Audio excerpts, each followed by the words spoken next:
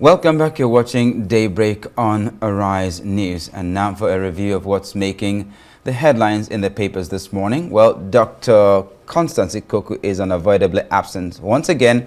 So we have joining us today Dr. Sunday Isua, the Group News Editor, Leadership Newspaper. Dr. Isua, thanks so much for joining us on today's newspaper review. Welcome. Thank you. Well, we will start from the political scene where this curious drama is playing out. So there on the front page of this day newspaper, Wike tightens grip on PDP as Anyanwu resumes role as National Secretary. And now a related story is there in the Daily Sun. And the headline goes, and I'll pull up the Daily Sun, PDP leaders move to save party. That's in the Daily Sun. And then a very, very interesting scenario, which is probably different from the impression created in the first story.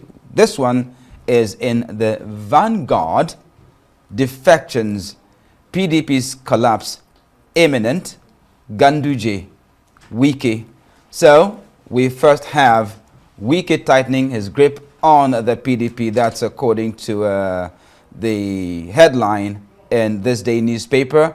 And it goes, Minister of the Federal Capital Territory, Nyesom Wike, might have begun to tighten his grip on the People's Democratic Party following the resumption of duty by his ally, the embattled National Secretary. So, Dr. Isua, when we now measure this against the headline in the Sun, which says the PDP leaders are moving to save the party. And of course, they name Saraki, chairman of Reconciliation Team, inaugurate Shekaro, Ugwangi, Olafeso, others as BOT members. And then in the Vanguard, Wike is now, after tightening the grip on the party, he seems to be singing a different tune, maybe echoing what the APC national chairman Abdullahi Ganduje is saying about the imminent implosion of the People's Democratic Party, and those were comments he made during a media chat. So how do we link all these seemingly conflicting scenarios? Yeah, we can't dispute the fact that the People's Democratic Party is really in crisis, and for Anyanwu to return as the National Secretary, who many people know that he's a Wike ally, it means that the PDP is just trying to make some arrangement that will help them to submit the list of their gubernatorial candidates to the Independent National Electoral Commission. Because without a National Secretary, a political party cannot submit the list of their candidates to INEC. So I see this arrangement as a cosmetic one. It will not stand a test of time because the PDP is in a very serious crisis, and even though the leaders have been making ways to ensure that they solve this challenge, but I don't think the crisis will stop now, because there are so many interests in the party that only time will tell. But we know that the PDP is a very strong political party, having been in power for many years. They were even predicting to stay in power for over 60 years. Yeah, they said 50. Yeah, so but 50 more years. You know, you see, for these things to keep happening time without number, and the PDP is still having some strong members, it means that the PDP is still strong, but the crisis is also strong in the party. And well, Wike, you know, have a very serious influence in the party. And so for him to be speaking against a party that he is a member, you know, even talking ahead of the 2027, where he is not seeing them, you know, making a headway to the presidential villa, then that speaks volume, because he is somebody who have information both from the PDP, and he has some information in the ruling All Progressive Congress, being a minister there. I think he has information, but then the PDP is in crisis, and I don't think their crisis will be solved now, because a lot of things need to be done. Oh, well, the leaders there trying to ensure that the party does not fall apart. Just that one of its strongest members is actually very, very cynical about the unity of the party. But, well, like you did point out, it is one of the most formidable political forces, and maybe, just maybe, something might just happen and they may stay together, because, I mean, there's always this talk about Nigeria gravitating towards a one-party state. Now, still in this day, another story that probably might have brought a very key economic issue to public attention. There you have it. World Bank urges a full transfer of subsidy removal revenues to the Federation account. So, subsidy, no fuel subsidy. So what happens to the accruing revenue? So the World Bank has called for the complete transfer of revenue gains from the total removal of fuel subsidy into the Federation account. It said, despite the full subsidy removal in October 2024, Nigerian National Petroleum Company Limited started transferring the revenue gains to the Federation only in January 2025. So I'll put a pause there, and then I ask, what happened to the accruing revenues? Well, the bank also stated that resolving any remaining net arrears and channeling the full benefits of subsidy reform to the Federation account was critical for sound fiscal management. The recommendations were contained in the World Bank Nigeria Development Update (NDU), which was launched yesterday. So, despite subsidy being fully removed in October 2024, between October and December, what happened? Because the revenue gains were being remitted to the Federation account only beginning in January 2025. But since then, it's been remitting only 50% of these gains, using the rest to offset past arrears. So, what impression does this create in the mind of the Nigerian who has been feeling the impact of this subsidy removal? Remember, they said that the benefits accruing to the subsidy removal will now be channeled into making life better for the ordinary Nigerian. Yeah, you see, the World Bank have acknowledged that the Nigerian economy is improving, despite the fact that there is high rate inflation. So what that means is that maybe the monies that the NNPC have not been fully remitted to the Federation account is being paid to contractors, it's being paid to, you know, those who did some jobs for the federal government. But I think that the NNPC need to come out clearly and explain to Nigerian why 50% is being remitted to the Federation account.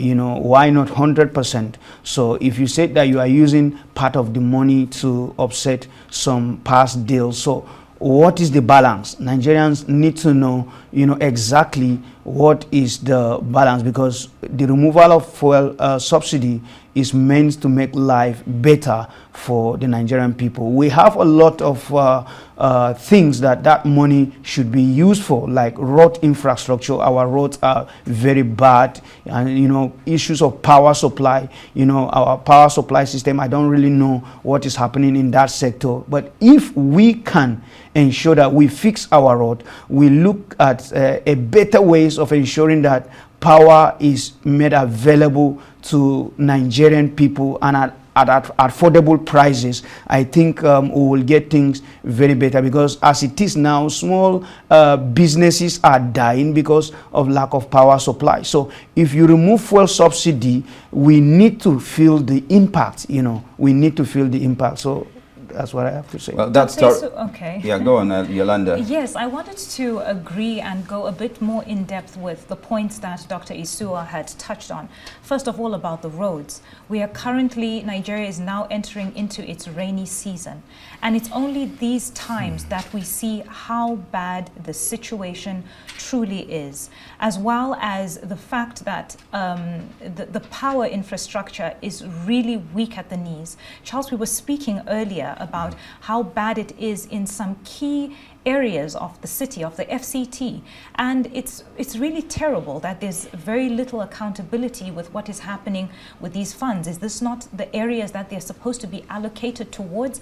Where is the accountability in all of this? A good question, and that's what Dr. Iswa did point out. The NNPCL needs to explain to Nigerians what has happened to those funds that have not been accounted for.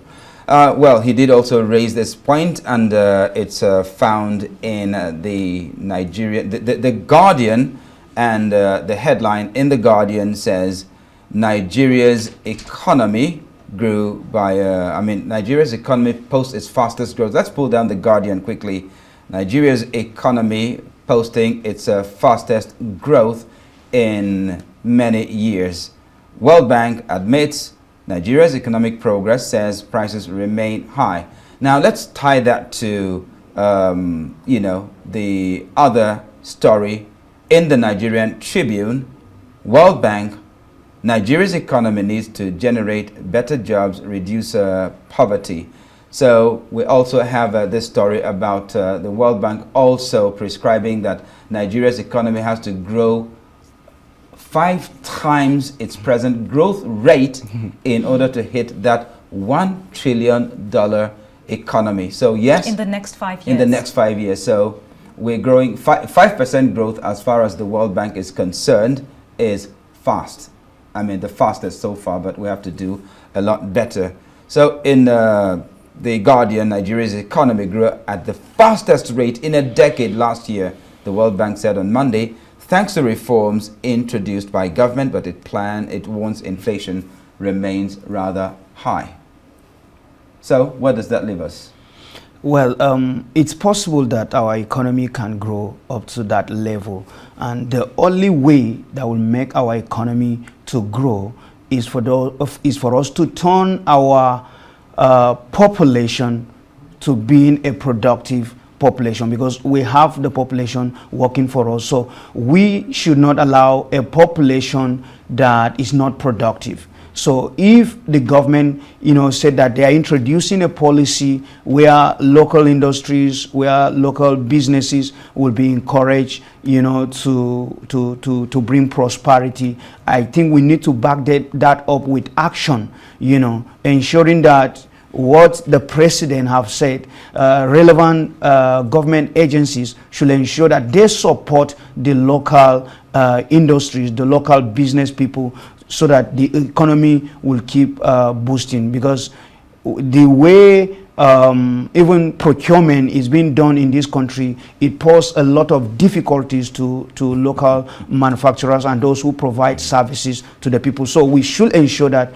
the easy ways of doing business are entrenched in our country, and we should ensure that our population, speak for us by ensuring that we have a productive population. Thank you. Oh, well, Yolanda, what's happening on the foreign scene? Well, that's interesting that you asked that, because we have a couple of really good headlines. Can we pull up the Guardian, or the International Guardian here? We have Hamas frees last living American hostage in the bottom left corner, with his picture there as he stands in the middle. This was a very interesting report, because we spoke about this earlier on in the news, Charles. He's a 21-year-old soldier. That's right. And they showed some very heartwarming footage of him and his family being reunited with what looked like parents and maybe siblings.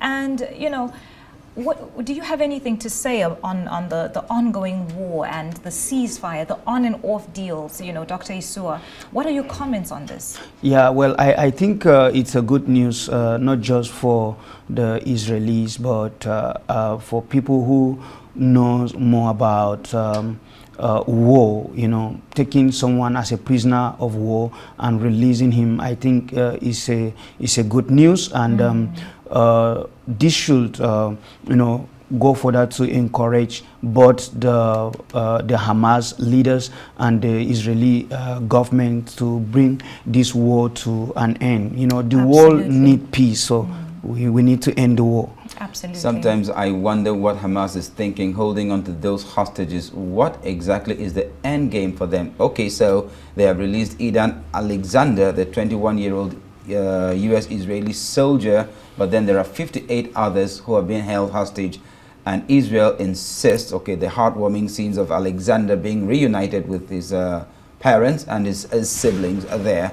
But then Israel says they will continue the offensive in Gaza until all hostages are released. So, I mean, I'm wondering, why not release the remaining prisoners so that this will stop? Because the losers ultimately are the Palestinians in Gaza themselves. Absolutely, but we have to move on now a bit quickly to some of our other headlines. We have the Daily Mirror, where it says Starmer's house fire mystery, where terror cops probe blaze at the PM's home. Now, this was slightly overshadowed by a report that is also talking about, you know, Starmer's stance on immigration, because he says that they want to raise the minimum requirements for English, for English language that's spoken in the UK. They're saying that too many people are coming in, too many immigrants are coming in, and they don't speak enough English. Apparently, Well, I guess there are some parts of, I guess, London, where, you know, the language there is probably one of the, you know, Middle Eastern languages. Arabic is probably giving English a good run for its money.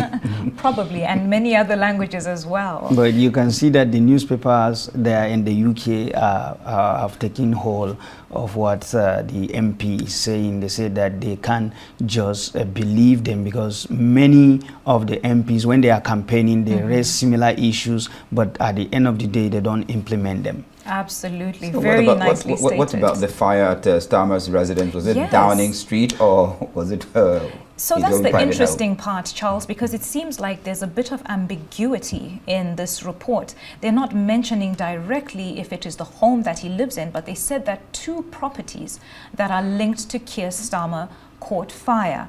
So I think we should wait for more details to unfold. And lastly, we'd like to pull up The Sun, where it says Diddy trial sensation, monster or swinger, rapper is violent and a sex trafficker, and then defense say kinky group sex is not a crime. That is a very strong defense there. I think part of what the report said earlier, Charles, was that some people were there by choice. You know, for me, I used to believe, I mean, I had a personal liking for Sean Combs. You know, I used to be a radio DJ, and I liked his music, and I liked his image, clean-cut looking guy. Yes. Until now, from this trial, a different picture to the kind of person I thought he was is emerging. I mean, sex trafficker, violent, you know, the headline says monster or swinger. And the monstrosity of the things he is alleged to have done, I mean, it's mind-blowing, and for me personally, it's absolutely heartbreaking. Well, that's what allegation can cost to someone, but the court will decide. I think this is more than allegations. A lot of evidence has been brought up over including time. from people who were very close to him. I think including This is a Cassie heavy Ventura, case. who actually happens Yes. to be either his wife or his mistress. No. I really don't understand the They were relationship dating. at that They were time. dating at the time. I Okay, believe and she's it was married that at close. the moment. Okay. She's in another relationship right now. Interesting. Yeah. All right, then, thank you so much, Dr. Sunday Isua, Group News Editor, Leadership Newspaper, for joining us in today's newspaper review. Thank you so much. All right, so that's all we have time for here on Daybreak. I'm Charles Eruka. It's goodbye from me. And I'm Yolanda Robert. Please do keep it here on Arise News. The morning show is next. Goodbye.